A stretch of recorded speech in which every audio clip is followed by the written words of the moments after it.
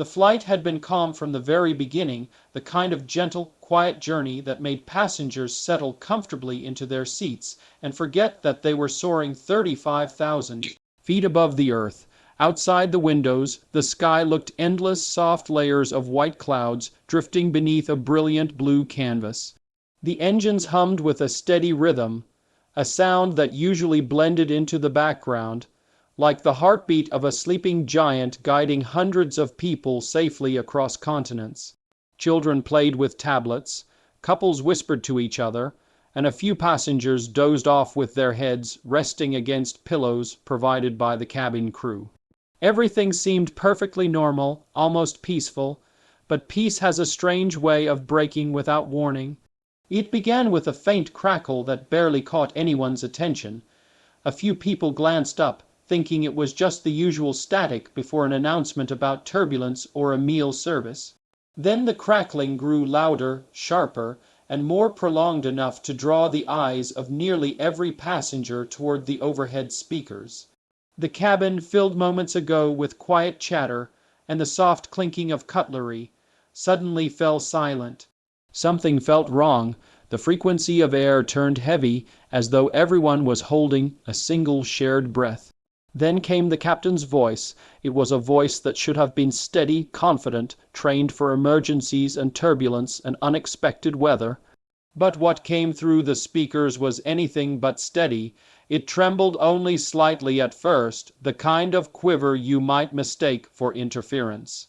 But there was no mistaking it after the second sentence. His tone carried a weight of fear he was trying to disguise, but failing. "Ladies and gentlemen," he said, pausing as if gathering strength, "we are experiencing a critical issue." The words echoed through the cabin, bouncing off the walls, sinking into the minds of every passenger in a way that made stomachs drop and pulses quicken. Critical issue, two words no passenger ever wants to hear on a flight. Some people clutched their seats instinctively. Others looked around, searching for reassurance in strangers' faces, but finding only mirrors of their own rising panic. A mother pulled her child close. A businessman loosened the collar of his shirt. A teenager in row 25, who had spent most of the flight with headphones on, slowly removed them as if the silence itself demanded it. Flight attendants rushed down the aisles with a sense of urgency they could no longer hide. Their professional smiles had disappeared, replaced by focused, tight expressions. They weren't running, but they were moving faster than usual, fast enough for the passengers to understand that whatever was going on was beyond routine turbulence or a mechanical warning light. Someone whispered, "What's happening?" Another voice answered, "Something's wrong with the pilots." A rumor beginning to form. Fear beginning to grow. Within minutes, the whispers turned into an invisible wave that swept through the cabin from front to back. People leaned toward each other, their voices low and breathless. "They're unwell, both pilots. Is that even possible? Who's flying the plane?" No one had an answer, only fear. At the front of the aircraft, two flight attendants disappeared through the cockpit door, their hands shaking slightly as they closed it behind them. What they found inside would start the ripple of panic that spread through the entire plane. What they saw would later be described in safety reports, emergency transcripts, and news headlines. But in that moment, they only exchanged horrified looks and rushed back out, whispering urgently to each other. Passengers watched their pale faces. They watched the way the attendants avoided eye contact, and they understood enough to know that something terrible had happened. Within minutes, a chilling message passed from row to row like a secret no one wanted to say aloud.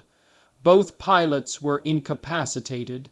The aircraft was flying without anyone fully in control. Some passengers gasped, others shut their eyes and prayed. A few began to cry quietly into their hands.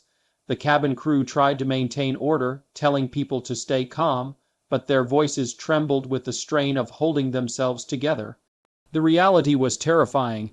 A commercial jet carrying nearly 300 people was now flying through the sky without trained pilots at the controls.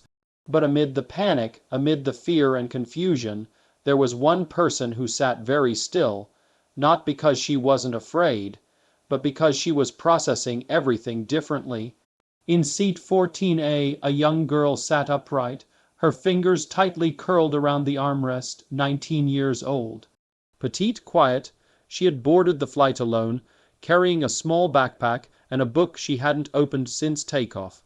Her dark hair rested loosely over her shoulders, and her eyes, wide, observant, and filled with a strange blend of fear and focus, were locked on the cockpit door. Her name was Ava Malik, though no one around her knew that yet. To the passengers near her, she looked like any other teenager heading home from a vacation or traveling for college.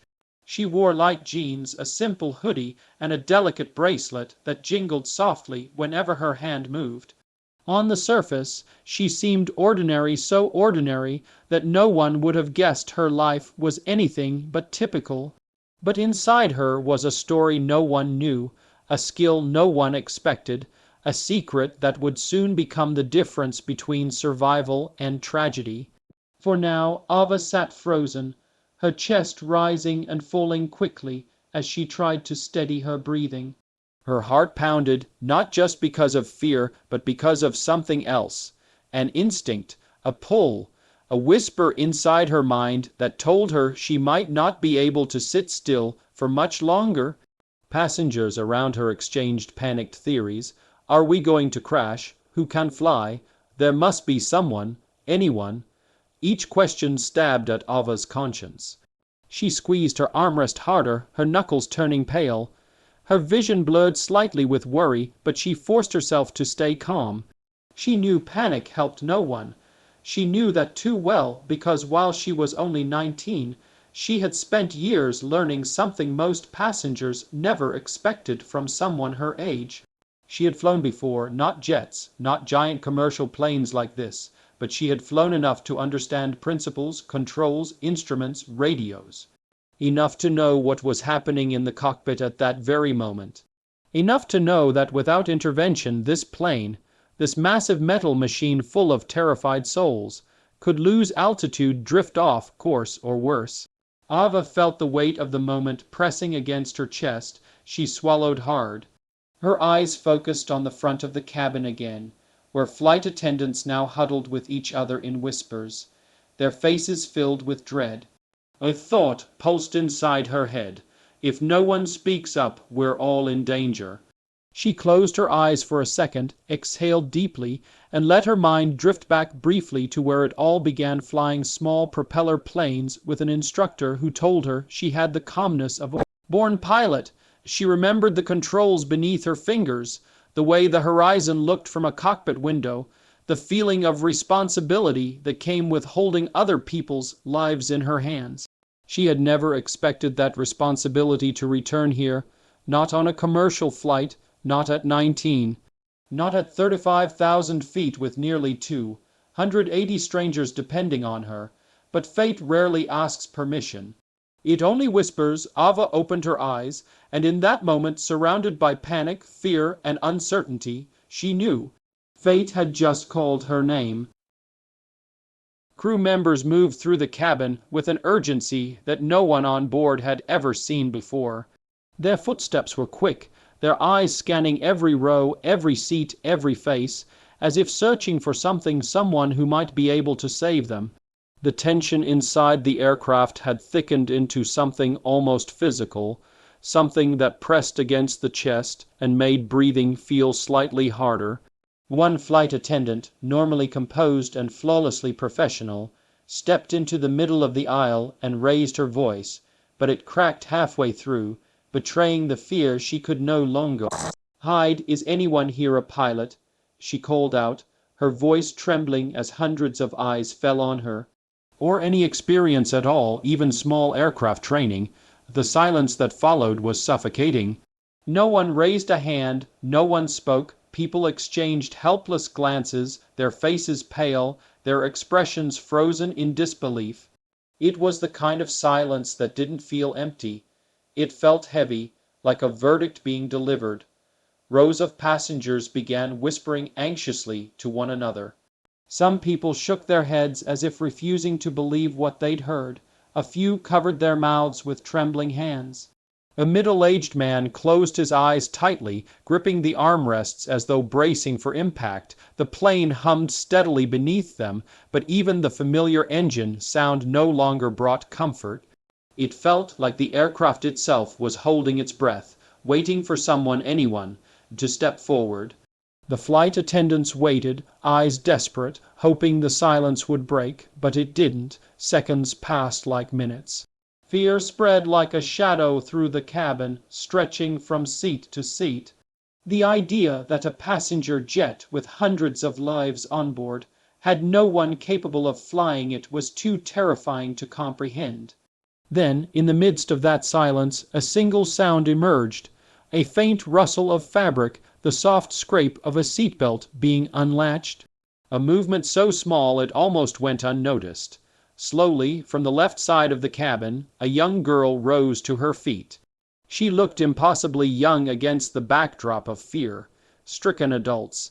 She wasn't tall, she wasn't imposing, and she definitely didn't look like someone who belonged in a cockpit. Yet the moment she stood up, the atmosphere shifted. People turned to stare at her, confusion flickering across their faces. Her hands trembled slightly as she brushed her hair back behind her ear, but her gaze remained steady, focused, pulled by something stronger than fear. "My name is Alisha," she said softly, but in the silent cabin her words carried like a shout. Her voice was gentle, uncertain, yet filled with something raw and earnest. She swallowed hard before continuing. "I've only flown small aircraft, but I can try." The reaction from the passengers was immediate and overwhelming. A wave of murmurs rippled through the cabin. Shock, disbelief, hope, and fear all tangled together. People turned in their seats to look at her from every angle, trying to understand how someone so young could possibly step forward at a moment like this. A mother holding her toddler pressed her lips together, eyes wide with a mixture of gratitude and terror. A man in business attire stared at Alisha, as if trying to judge her capability from appearance alone. The older woman, seated across the aisle, shook her head, not in refusal, but in stunned amazement. It felt as though the entire aircraft had been pulled into a single moment, everyone watching this 19-year-old girl who had just volunteered to take on the most unimaginable responsibility.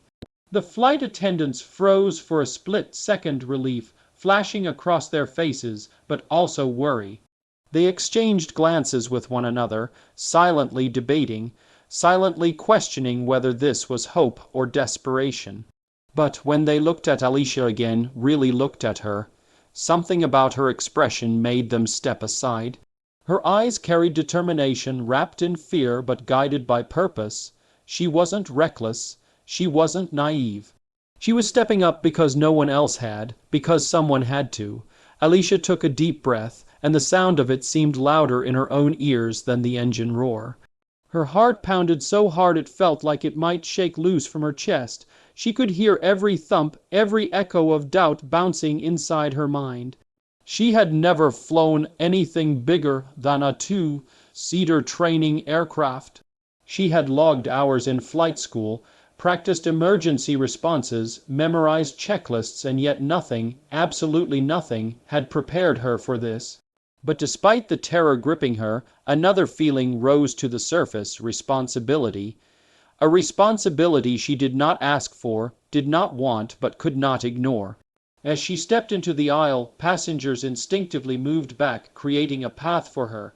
Their eyes followed her every movement, some hopeful, some terrified, some silently praying. Her legs felt heavy, as though each step required more strength than the last. The cabin lights flickered softly, casting long shadows across the floor, shadows that seemed to stretch toward the cockpit like reminders of fate waiting for her at the end of the walkway.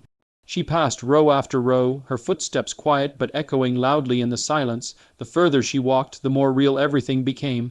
She could feel the intensity of hundreds of eyes on her back. She could hear soft whispers behind her, fragments of sentences filled with fear, doubt, and prayer. Is she serious? God help us. She looks so young. Please let her know what she's doing. But she kept walking. Not because she was confident she wasn't, but because turning back would mean abandoning everyone, and she couldn't do that. Not when she knew she could at least try. Her palms were sweaty, and she wiped them against her jeans as she approached the front of the plane. The cockpit door loomed ahead like a gateway to a world she was both familiar with and terrified to enter. Familiar because she knew how aircraft controls worked, terrified because this wasn't a small training plane with an instructor beside her. This was a massive commercial jet carrying nearly 300 souls. This was life and death, not simulation, not practice, not theory. A flight attendant standing near the door looked at her with an expression that blended disbelief with relief. "Are you sure?" she whispered. Alisha nodded once slowly but firmly. "I have to try," she replied, her voice steadier this time. The attendant exhaled shakily, then pushed open the battered cockpit door. As Alisha stepped forward, her heartbeat thrummed like thunder in her ears. She could feel the weight of every passenger behind her, every hope, every fear. She knew that once she crossed that boundary into the cockpit, she was no longer just a teenager on a flight. She was the closest thing this aircraft had to a pilot. She was the line between panic and possibility, between disaster and survival. And as she drew in one last deep breath and stepped through the doorway, she understood exactly what she was taking on.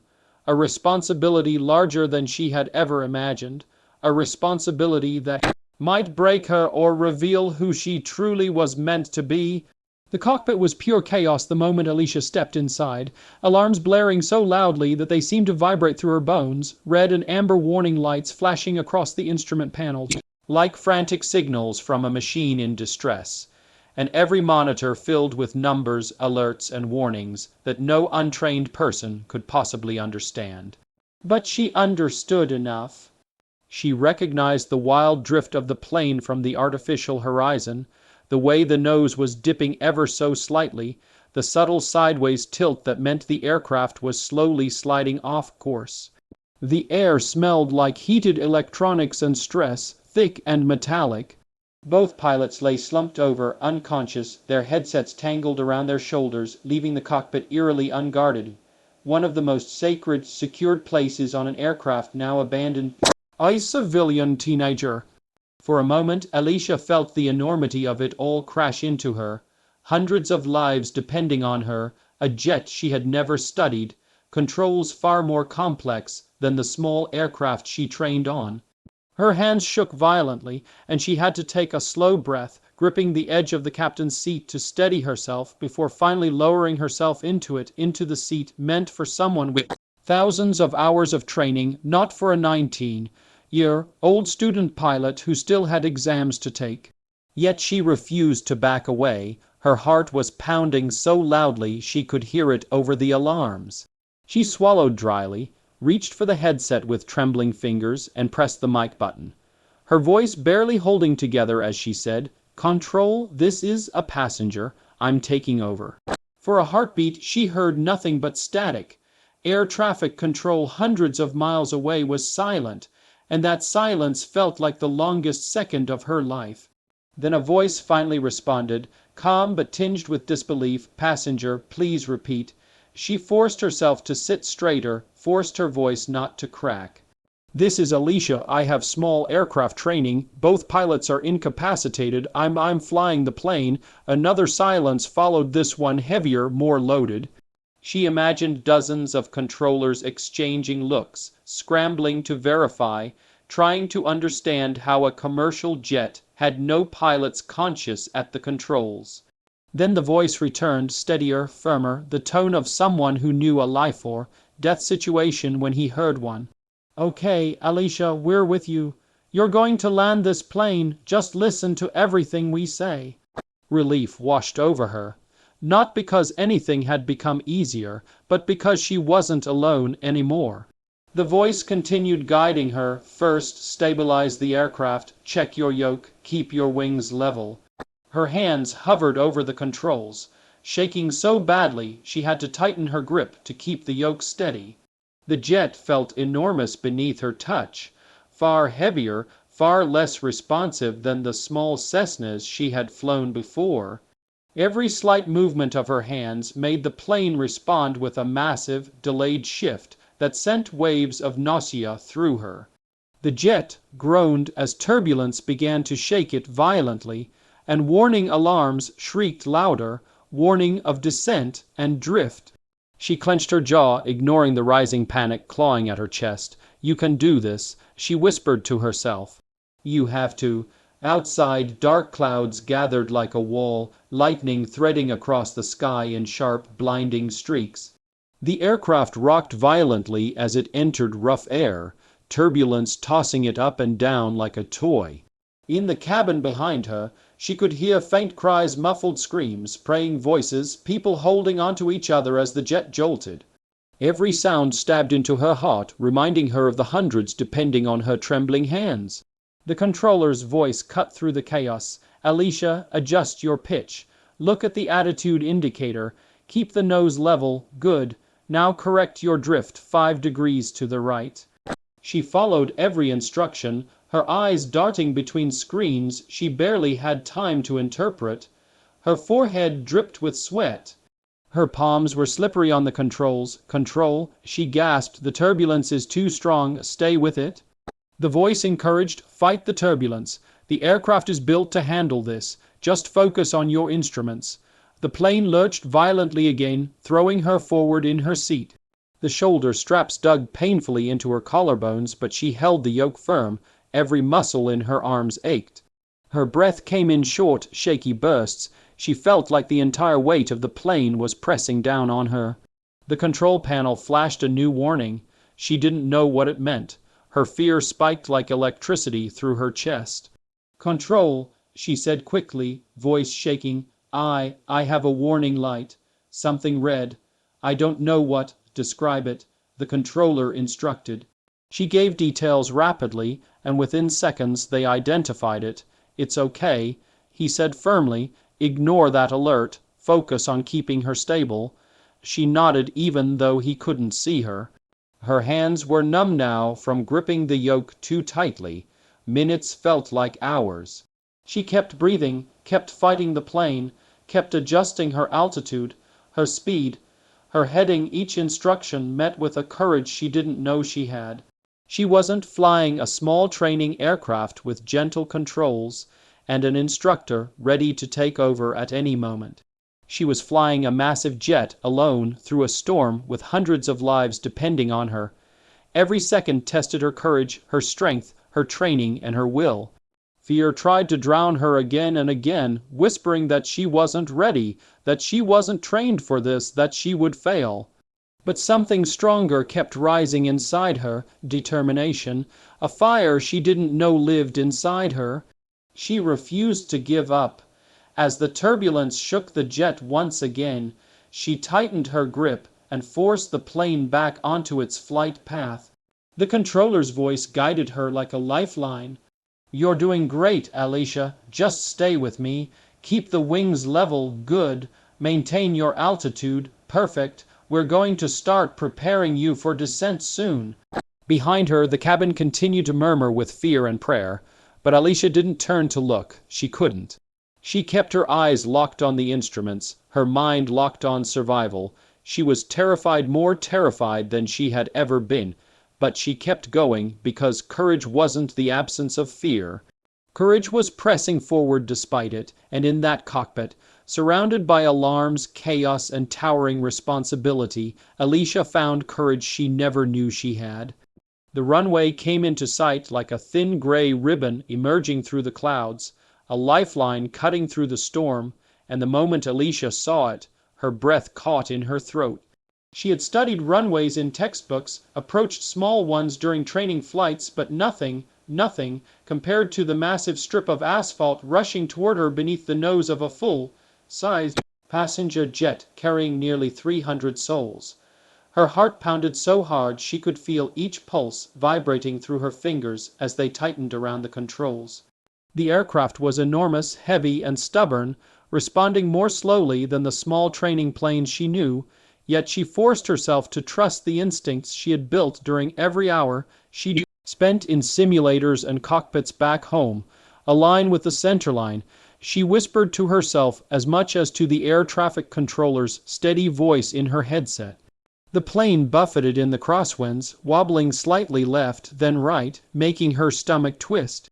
She adjusted the yoke, nudging it with careful precision, bringing the plane back on course exactly the way her instructors had taught her. Smooth corrections, no sudden movements, eyes locked on horizon, mind steady even when her heart wasn't. The runway grew larger, wider, clearer, and she felt the weight of hundreds of unseen prayers resting on her shoulders. Somewhere behind her, passengers gripped armrests and held hands. Some whispered desperate prayers, others cried silently, afraid to make a sound that might break her focus. But Alisha didn't turn around. She couldn't. Everything, every life, every hope depended on the next few seconds. The wind hit them hard as they descended lower, making the aircraft shudder violently. But she kept the nose steady, her breathing shallow, her mind racing through the checklist she had memorized from years of training: maintain glide slope, correct drift, reduce speed, flare at the right moment. "You're doing great, Alisha," the controller's calm voice murmured in her ear. "Just keep her steady, you've got this." She nodded even though he couldn't see her, sweat dripping down the side of her face. Her palms were slick, her muscles aching from tension, but she didn't let herself falter. She lowered the flaps, adjusted throttle, and aligned the aircraft with the runway's centerline as perfectly as her trembling hands allowed. The ground rushed closer, too fast, too real. Her heart crawled into her throat. She eased back slightly, preparing for the landing, praying her timing would be enough. Then impact. The wheels slammed onto the runway with a bone-rattling force that sent a jolt through the cockpit and threw her forward against her harness. The aircraft bounced high back into the air, her stomach flipping as the jet momentarily lifted off again. Gasps erupted from the cabin behind her. She felt panic spike like lightning through her chest, but she fought it, gripping the yoke tighter, realigning in the split second she had. The plane hit the ground again, harder this time. Another violent bounce that rattled the entire aircraft from nose to tail. For a terrifying moment, she thought she had lost control, that the jet would veer off the runway or collapse on its landing gear. But with every ounce of focus she had left, she forced herself not to freeze. She adjusted, steadied, pulled back slightly, and the third time the wheels touched down, they held. The jet steadied, the violent bouncing stopped. She had done it. She had actually done it. The runway blurred beneath them as she brought her trembling hand to the throttle and pulled it back, engaging the reverse thrust just as she'd practiced in countless simulations. The engines roared, the aircraft decelerating with a powerful drag that pressed her back into the seat. She braced herself, heart pounding uncontrollably, her body shaking from head to toe. She pulled the brakes. The aircraft slowed slower until, finally, mercifully, it stopped. For a moment there was nothing. No shouting, no movement, no sound except the fading whine of the engines as they cooled. Absolute silence, a silence so deep and heavy it echoed inside her chest. She could barely breathe, barely think. Her hands slipped off the controls, falling into her lap as she exhaled shakily for what felt like the first time in minutes. And then everything broke at once. A roar erupted from the cabin behind her, a thunderous wave of cheers, cries, sobs, and relief that hit her like an emotional tidal wave. Passengers were screaming, laughing, crying uncontrollably. Some collapsed into their seats, others hugged the people beside them whether they knew them or not. A few shouted prayers of gratitude. Crew members burst into tears, rushing forward, their voices trembling as they unbuckled themselves and ran toward the cockpit. The cockpit door burst open, and one flight attendant, her makeup streaked from tears, threw her arms around Alisha from behind, sobbing into her shoulder. "You did it, oh my God, you actually did it," she whispered, voice breaking with disbelief and overwhelming gratitude. Within minutes, emergency vehicles surrounded the aircraft, flashing red, blue, and white lights through the cockpit windows. Firefighters, medics, and airport personnel raced up the mobile stairs and poured into the jet. One of the paramedics, a tall man with years of experience etched into his face, looked at Alisha as if she had just done the impossible. He stepped closer, eyes wide with awe, and said a single word with absolute sincerity: "Hero." The word felt surreal, echoing in her ears as passengers continued to cheer behind her. She could barely process it. She didn't feel like a hero. She felt like a terrified girl who had done the only thing she could, the only thing she had to, because the alternative was unthinkable. As she was helped out of the cockpit, her legs nearly gave out beneath her, trembling uncontrollably from adrenaline and exhaustion. Passengers lined the aisle, reaching out to touch her shoulder, her hand, anything, just to thank her. Some were crying openly, whispering blessings and gratitude. A mother pressed her toddler's tiny hand into Alisha's palm and whispered, "You saved my baby." An elderly man with shaking hands said, through tears, "I thought I would never see my family again." A group of teenagers clapped wildly, shouting her name as if she were a celebrity. Crew members hugged her one after another, unable to stop their tears. People called her brave, extraordinary, unbelievable. But Alisha could only stand there, overwhelmed, humbled, exhausted beyond words. She stepped out of the aircraft into the bright sunlight, where more emergency responders waited, all looking at her with awe that made her cheeks burn. One firefighter shook his head in amazement and said, "A 19-year-old girl saved 280 lives at 35,000 feet." The words washed over her slowly, sinking in like the end of a dream. She wasn't sure she had lived. She lifted her eyes toward the same sky that had almost taken them, the same sky she had conquered, and let out a long, trembling breath. She had done it. Against every odd, against fear, against the impossible, she had landed the plane. And at that moment she finally understood the truth everyone around her already knew. She wasn't just a passenger anymore. She was a hero.